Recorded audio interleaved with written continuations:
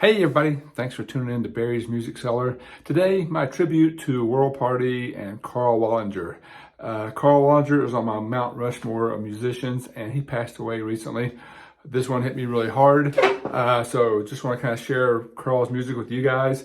Meant the world to me. I'll try to interject that as we go through. It's weird, like his music has always just kind of been in my life. Really liked it, and as Karl's crazy cosmic world would have it, I just realized when I saw his obituary that he was actually born on my dad's birthday and passed away on my mom's birthday. So very interesting fact that, again, just shows you what a crazy, crazy world it is. But when I first heard Karl Wallinger, it was in 1986, and the album was Private Revolution. And this is going to look really weird on there. I'm not sure the disc will show up, but I really didn't like it. 1986, I was in prime mullet mode. Massive Prince fan, Motley Crue, heavy metal. I think Smoking the Boys Room was out. This was not my thing. I heard Ship of Fools I actually heard Private Revolution first, and I thought, it's okay. Sounds like the Beatles kind of. I wasn't into the Beatles, didn't know how great they were. So I heard about it, filed it away, didn't think about it. Until 1990, when I heard the songs Way Down Now and Put the Message in the Box off Goodbye Jumbo. This was the game changer for me. There's not a lot of perfect albums out there, but for me, Goodbye Jumbo is that perfect album, with Way Down Now being probably one of my top 3 or 4 songs of all time. This album is top 2 for me. I put this in my CD player, in my car, in my Discman attached to my tape deck, and for 30 plus 40 years, this thing has been on constant rotation in my life. Just a fantastic album. Again, I mentioned Way Down Now and Put the Message in the Box, but Thank You World is an amazing song, as well as Sweet Soul Dreams. Every song is stellar. I never skip. The album just plays. So if you're ever curious about World Party and Karl Wallinger, go with Goodbye Jumbo. It is the perfect album. Now, once I got this, I backed up and picked up Private Revolution next, actually. So I really like this guy. Then I learned to appreciate how different these two albums were. Did not realize just what a big difference they were. So again, love this album now as well. I missed it when it first came out, but just an amazing evolution from here to here. 1986 to 1990. I didn't look these up, but I think I'll be pretty close on dates because I am an unofficial World Party geek. Maybe the biggest one in the US, I don't know. Let me know, are you a World Party fan? Love to hear from you and geek out about Karl because, again, Mount Rushmore. Big Prince fan. When he passed away, hit me hard.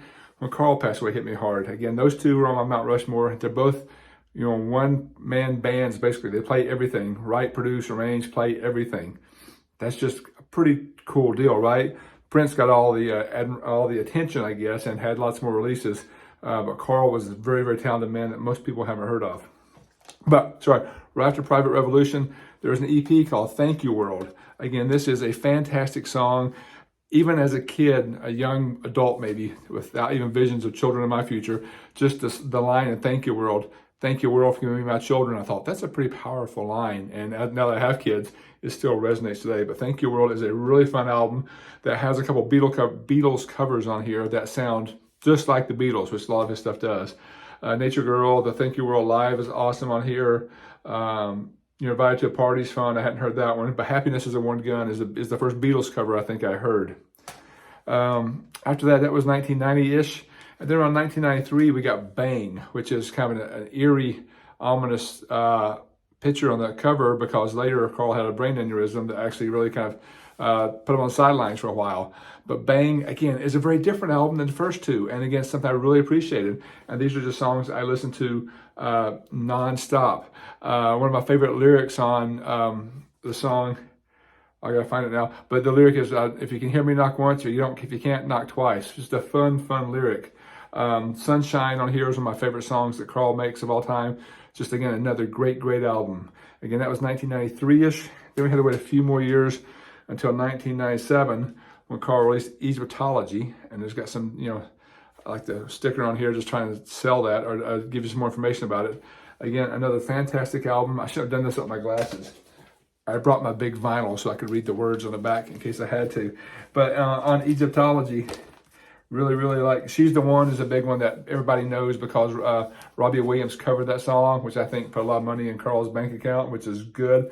Always, another fantastic song on there. I like just the jam of Strange Groove. Again, there is a cool picture of the actual album. And that was it for a while in 1987. Things kind of stopped in the 90s, but then Karl released one more album.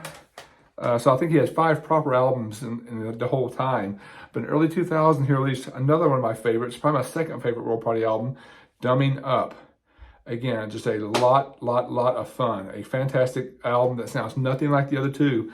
Karl had this amazing ability to sound like Prince, David Bowie, the Beatles, and the Rolling Stones, and even Bob Dylan all at the same time. Yeah, he sounded unique. So again, don't know how he did it, but a very unique sound that always sounded different. And like the most different song on here is like Here Comes the Future, rather, which is this bizarre like rap kind of fun thing with a great video. So again, just Dumbing Up is probably my second favorite World Party album, and I loved it as it was. But then he re-released it like in 2007, and I forget when the aneurysm happened.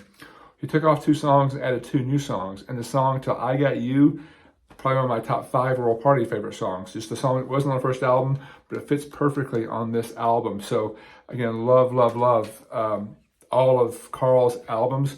Again, just for bigger views, I did bring the albums here. Private Revolution was, again, phenomenal. If you watch the video for Private Revolution, you'll see a very young Sinead O'Connor in the background singing on the video. Karl did a lot to help launch her career, so that's actually pretty cool. And then I mentioned Gumbo Jumbo. Again, one of my favorite album covers of all time. They even have, there it is. So love the elephant mask on there. He told a story on something I listened to about those giant plaster ears and how they were made and how he still had them actually. And then on Bang, again, this is the updated album cover. I don't know if that was because of the aneurysm or not, but this is what the later re-releases look like. Again, a lot of good songs on here. Give It All Away is a really strong song. Radio Days is fun. Sunshine is amazing. And All I Gave, again, a lot of fun songs on there. A lot of really strong songs. And then I mentioned Egyptology earlier. This album was the hardest of all to find before it was re-released. They didn't make very many of them. You could look on eBay before this was re-released, and you could find 1 copy or 2 copies a year, and they were several $100, $300 or $400. Biggest World Party fan in the U.S., I think. I still didn't buy one.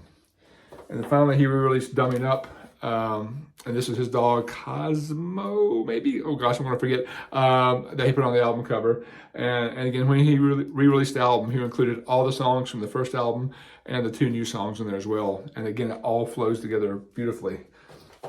Now, along the way, Karl didn't make tons of albums, again, 5 in all that time. But every time he released an album, we got like other gifts. I have all these other World Party CDs that are just random CD singles that would have other songs on the back, Beatles covers, live versions, songs you never heard before. Amazing collection of just stuff. And then when the internet first started becoming a thing, he played on there and re-released lots of just jams and grooves and snippets where I was able to download all those things. So again, I think I have everything the man released until, gosh, 2014. He put out this, Archaeology. It's not really a box set. He did not want to release a box set, but he wanted to do something fun. So he made this diary that has just fun content inside here all the way through. Sprinkled in throughout the diary is 5 CDs of just amazing stuff.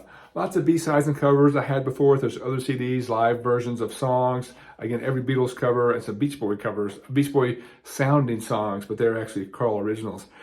Just a ton of content on this. But the first few songs are almost like an unheard album. Waiting Such a Long Time, Everybody's Falling in Love are 2 just ridiculous songs. And the video for Everyone's Falling in Love, I think, was directed by his daughter Nancy, and she did a fantastic job, made a really fun video. He's got one song called I Want to Be Free that has got lots of bad language in it, but it's very lighthearted. It's just a fantastic song that I love. So one last thing, I was able to see Karl finally after all those years in 2014. I'm looking at a poster here. My wife and I were able to drive about 5 hours to see him in St. Louis, Missouri. And, you know, I was excited to wait my whole life to see Karl. It was a trio of Karl, Dave Duffy on violin, and John Turnbull on guitar. And Karl played guitar and keyboard. I could not wait to get up there. I got there early. It's a little dive. I forget the name of the place, but it's in a sketchy part of town. Went in and the merch table's there. I bought every single thing they had at the merch table because I've been waiting my whole life for this, right? So I go outside and throw it in my truck. As I'm walking back in, Karl's out front smoking a cigarette. Nobody around. Biggest Royal Party fan in the U.S., maybe the planet, I don't know. I walked up, I said, I'm sorry to bother you. Can I just say hello and thank you? He lit up and was so incredibly pleasant and spent probably 15 minutes chatting with me just about how far I drove and just chatting about everything. It was pretty awesome. He also made the comment, hey, we got new music coming out next year. We got it all put together, get the band playing, and we'll get new music out next year, which was hope. I was so excited. And then went in, saw the show, didn't video any of it. I just stood there mesmerized. A very small venue. I stood 5 feet from Karl the whole night and just sang every song, was blown away. Then after the show, he spent more time visiting with us, again, thanking me for driving so far to see him. So, Susie, Nancy, oh my God, and your son too, who I met that night, I drew a blank on his name. Louis, thank you so much for sharing Karl with us because he was truly a beautiful person who made beautiful music and was very kind to my wife and I. One of my most prized possessions is just that poster of that show where he thanked me for driving that far to see him. So again, this is my little tribute to Karl Wallinger, who just passed away recently. His music, I hope, will live forever. Definitely will with me. I've got a picture I'll try to post somewhere of my kids holding his music. My son is a big fan. My daughter likes some of the music. So thank you so much for watching my channel. I appreciate you making it this far. If you haven't yet, would you like to subscribe? I'm trying to grow my channel and share lots of music content here on my cellar every week. So thanks again. And, World Party, he mentioned there's an album next year. It's all get put together. Didn't happen. So then I've listened to several interviews, and each time he'd always mention, we're close on new music, which is just like a carrot dangling out there. I'm like, I'm going to get a new World Party album soon. I guess we maybe never will. And also on several of the autographs I have of things I've bought or just got from him, he usually said World Party next year. So maybe he's just always dangling that carrot to keep us looking forward. Don't know. But thank you, Karl Wallinger, World Party, for wonderful years of music. And thank you guys for watching.